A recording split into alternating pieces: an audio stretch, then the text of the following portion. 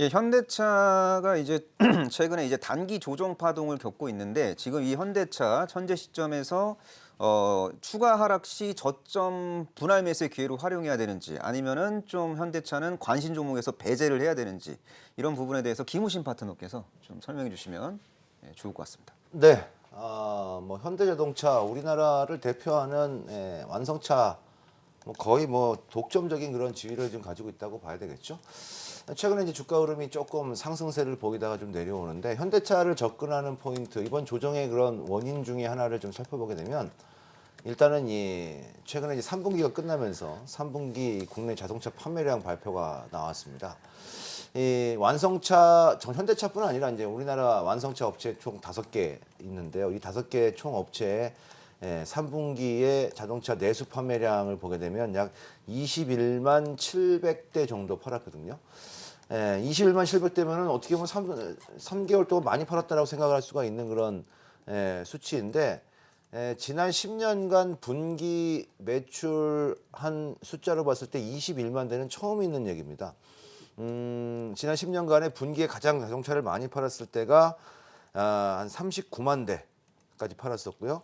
최근에 가장 적게 팔았을 때가 한 27만 대 정도 팔았습니다. 그래서 27만 대 정도 팔았을 때 개별 소비세 인하가 논의가 됐고 그 이후에 개별 소비세를 인하하면서 지금까지 이제 오는 그런 관점인데 이런 관점에서 지금 21만 대밖에 못 팔았다라는 것은 국내 자동차 내수가 상당히 많이 위축돼 있다라는 거죠. 그래서 지금 보게 되면 자동차를 사시려고 지금 계획하고 계시는 분들 보면은 일부 인기차 정도 10월 달에는 판매 조건이 상당히 많이 유리한 조건들이 있습니다. 뭐 무이자를 막 60개월씩 해준다거나 뭐 아니면은 뭐 할인을 많이 해준다거나 이런 부분들. 과거에는 뭐 무이자라든지 이런 할인폭 이런 부분들은 일부 이제 비인기 차종에만 국한됐었는데 지금 10월 달은 이 자동차 판매사들의 판매 조건이 상당히 구매하시려는 분들에게 유리한 조건이 있다라는 점에서 봤을 때는 일단 내수의 자동차 회복이 좀 급선무다라는 것을 자동차 회사들이 다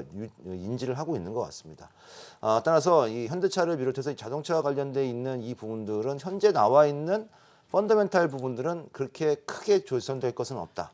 이런 부분들이고요. 다만 이제 미래 자동차와 관련되어 있는 부분들이죠. 뭐 수소차라든지 전기차라든지 그다음에 최근에 이제 화두가 됐던 플라잉카, 하늘을 나는 자동차. 물론 뭐 하늘 나는 자동차는 앞으로도 한 10년 이후에 나오겠습니다만 이런 부분들에 대한 이 기대감 이런 부분들은 여전히 뭐 존재를 하고 있는 그런 부분들입니다만 전반적으로 봤을 때 뭐 시장의 흐름들을 비트하거나 하는 흐름들보다는 시장이 만약에 약세를 보였을 때 예를 들어서 내일 같은 날 뭐 시장이 좀 조정을 보인다. 그랬을 때는 시장을 방어해주는 방어주적인 성격으로는 상당히 좀 효과를 볼 수 있는 종목들이 자동차 주식들이다. 이렇게 보고 전략을 세우는 것이 좋을 것 같습니다. 예, 잘 들었습니다. 이번엔 박윤진 파트너에게 좀 질문을 해보겠습니다. 지금 뭐 업종별 뭐 실적 기상도를 봤더니 네. 뭐 3분기 이제 어닝 시즌 이제 조만간 이제 도래하잖아요. 근데 네. 이제 보니까 자동차 업종은 그나마 또 실적 추정치가 뭐 긍정적으로 나오고 있는 것 그렇죠. 같아요. 네. 자, 그래서 자, 이렇게 좀 3분기 실적 컨디션 좋고 또 자동차주의 가장 큰 장점은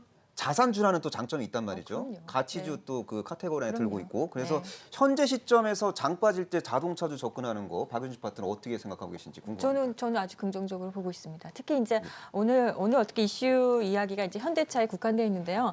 현대차만 볼 것이 아니라 기아차를 좀 눈여겨 보셔라라고 이야기를 해드리고 싶고 아까 환율적인 부분에서 제가 이제 짚어드린 이야기가 생각보다 엔화는 안전자산에 쏠림이 나오면서 엔화가 급등을 하고 있단 말이에요. 이런 시장에서 우리가 원화와 엔화의 어떤 이런 스탠스를 봤을 때 우리 굉장히 유리하죠. 우리나라 자동차가 해외 시장에 나가서 가격적인 메리트가 분명히 있습니다. 게다가 달러에 대해서도 우리가 지금 약세 상황이고 하니까 이런 부분을 봤을 때도 저는 엔화 특히 이제 우리가 아주 바로 경쟁사인 일본의 어떤 엔화가 지금 상승해 있는 걸로 봤을 때 우리한테 굉장히 유리한 환경, 우호한 환경이라고 생각합니다. 그래서 예. 네. 그렇게 계속 생각합니다. 하시죠. 예, 네. 예. 그래서 예. 보시라. 네, 지금부터 보시고 현대차만 볼 것이 아니라 저는 기아차를 좀 보셨으면 한다라는 말씀드리고 싶습니다. 예, 잘 들었습니다. 이제 이번에는 뭐 김병재 파트너에게 질문할 텐데 이제 현대차가 가장 열심히 뭔가 투자를 하는 분야가 두 개잖아요. 첫 번째가 수소차, 두 번째가 자율주행 쪽인데 우리 김병재 파트너는 수소차와 자율주행 관련된 산업 그리고 그 관련주에 대해서 어떤 생각을 갖고 계신지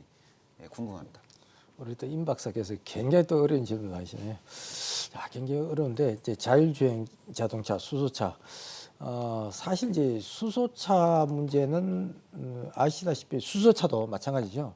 수소차나 자율주행 자동차 이 공통점을 이렇게 보면 단기간에 해결될 문제가 아니라는 얘기죠. 장기적인 전략으로 이제 봐야 되기 때문에 지금 뭐 앞으로 이제 이것이 뭐 수소차가 더 유리하냐, 자율주행 자동차가 더 유리하냐, 뭐 이런 관점으로 접근하기는 뭐 좀 상당히 좀 어려운 국면에 있고, 뭐 굳이 그걸 이제 말씀을 드린다면은 시간으로 봤을 때 자율주행 자동차는 앞으로 아직은 먼 훗날의 일인 것 같고요. 조금 더 빨라진다면 수소 자동차가 조금 좀 빠르지 않겠냐. 그래서 수소 자동차 이쪽으로 분야가 조금 더 접근하기가 좀 쉽지 않겠냐 이렇게 보고 있습니다. 예, 잘 들었습니다. 김우신 파트너에게도 좀 질문할게요. 자, 미래차, 자동차의 미래에 대해서 우리가 좀 관심을 많이 갖고 있잖아요. 그래서 그 미래의 자동차는 뭐 자율주행 기능이 탑재된 뭐 수소차, 전기차 뭐 이런 얘기가 나오고 있는데 그쪽 산업에 대해서는 어떻게 뭐 계속 긍정적으로 보는 게 맞다고 생각하세요? 아니면 지금은 일단은 그쪽 산업보다는 시장이 안 좋으니까 보수적으로 일관하는 게 맞다고 생각하세요? 자, 일단 단기적으로 시장에 어떤 이슈가 부각이 되거나 약간의 그런 뭐 조정 가능성이 있거나 이런 부분들이 있을 때 단기적인 관점으로 볼 때는 일단 종목보다는 이제 캐시를 가지고 있는 것이 훨씬 더 유리한 그런 전략이다라는 것이 트레이딩 관점인 부분들이고요. 앞으로의 이제 중장기적인 그런 미래 전략으로 본다라면은 역시 지금도 계속 관심을 갖고 있어야 되겠죠. 예를 들어서 뭐 수소 자동차 하게 되면은 이제 현재의 지금 우리 정부의 가장 역점을 두고 있는 그런 사업이기도 하지 않습니까? 그래서 이런 부분들은 정부의 지원이 그만큼 많이 들어갈 수밖에 없는 부분들이죠. 그러니까 정부의 지원이라는 것이 그냥 뭐 돈만 주고 마는 게 아니죠. 정부 지원이 들어가면 그 지원 받은 것만큼의 뭔가 어떤 성과물을 내야 되는 그러한 또 숙제도 주어지기 때문에 이렇게 정책과 관련되어 있는 모멘텀이 바로 이렇게 미래 자동차와 관련되어 있는 부분들이다 이렇게 봐야 될 것 같습니다. 하지만 그러한 기업들이 성과를 내는 것을 돈 뭐 지원해 주고 나서 지원하고서 뭐 한 달 만에 성과를 내라 이런 식으로 진행되는 것이 아니라 길게 앞으로 미래를 보고서 1년, 2년 이렇게 성과를 내는 거기 때문에 주가에 반영되는 속도는 좀 더딜 수는 있습니다만 어쨌든 전반적인 자동차 산업, 미래 자동차, 첨단 자동차 산업들은 계속적으로 변해가는 그런 흐름들이 나올 겁니다. 참고로 뭐 자율주행과 관련돼 있는 이런 부분들, 이 5G가 시대가 지금 전개됨에 따라서 이 자율주행 기술이 상당히 시장에서 빠르게 움직여질 가능성이 좀 있습니다. 이 5G라는 통신 기술, 무선 통신 기술은 자율주행 그런 기술들을 앞당길 수 있는 그런 요인이거든요. 이거 한번 생각해 보시면 좋을 것 같아요. 예전에 이제 90년대 후반, 2000년대 초반에는 GPS 달고 있는 차는 거의 뭐 한 대 볼까 말까 한 수준이었었잖아요. 근데 지금은 내비게이션이 뭐 거의 GPS를 이용하니까 안 달려 있는 차 찾기가 쉽지 않을 정도로 모든 자동차에 내비게이션이 달려 있는 거죠.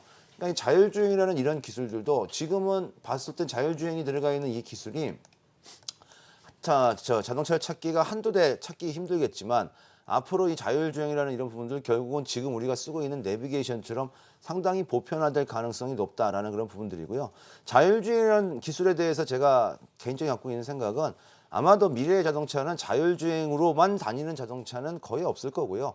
자율주행을 선택을 하느냐 아니면 그냥 사람이 개인적으로 또 드라이빙을 하느냐 이러한 선택할 수 있는 기능. 지금 우리가 내비게이션을 볼 때 내비게이션 보면서 사람이 할지 아니면 그냥 내가 아는 길로 갈지 이런 부분 선택하는 것처럼 이렇게 기술이 발전돼 나가는 그런 과정이라고 보기 때문에 결국은 자동차와 관련된 이 기술들은 점진적으로 발전해 될 가능성이 점점 높아지고 있다. 이렇게 저는 말씀드리고 싶습니다. 예, 잘 들었습니다. 마지막으로 이제 박윤진 파트너에게 이제 질문할게요. 이건 트레이딩 관점에서 제가 궁금한데요.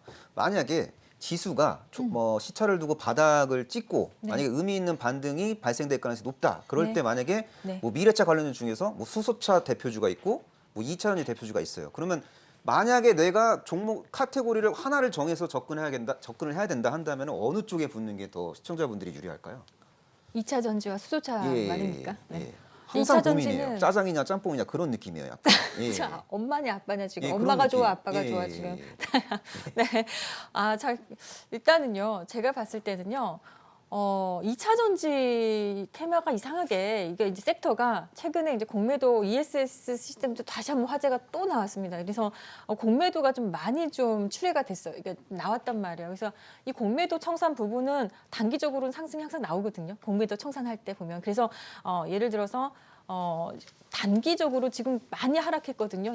지금 2차 전지 종목들은요. 그래서 단기적인 트레이딩은요 가능하다고 보여요. 그래서 좀 저점 잡아서 확실하게 이 공매도 청산될 때 좀 슈팅이 나오니까. 근데 아주 단기적인 접근을 좀 보셨으면 좋겠고 사실은 저는 좀 수소 테마가 더 좋아 보입니다. 여기 전기차는 이제 테마라고 우리가 분류하지 않아요. 이제 더 이상 테마라고 분류하지 않는 게 정말 실적이 나와주고 이제는 하기 때문에 테마를 섹터라고 분류하고요. 저는 수소는 아직은 실적이 이렇게 크게 가시화되지 않았고 아직은 또 미래의 성장성을 보고 있기 때문에 테마라고 보는데요. 지금 보면은 수소차 테마들이요. 저는 왜 이렇게 움직일 것 같은 느낌이 듭니까? 이제 왠지 계속 그 테마 그동안 1월 달에 올 초에 굉장히 강세 나왔다가 굉장히 많이 하락해서 저점을 지금 굉장히 잘 다지고 있거든요. 종목들도 보면 슈팅이 나올 것 같은 종목들이 꽤 됩니다. 그래서 먼저 수소차 테마가 한번 움직이지 않을까라는 생각하고 아까 2차 전지 부분요. 단기 트레이딩 그 말씀드렸죠. 정말 저점 이용해서 단타 정도는 충분히 그 공매도 청산 부분을 이용하면 나올 수 있다. 네, 생각합니다. 예, 잘 들었습니다. 수소차, 전기차, 자율주행차 이런 미래차 시장의 성장 속에서 구조적인 성장을 누릴 수 있는 그런 종목군들을 저점에서 잘 공략해서 성공 투자하시기를 바라겠고요. 자, 지금까지 묘한 흐름 업앤다운이었습니다.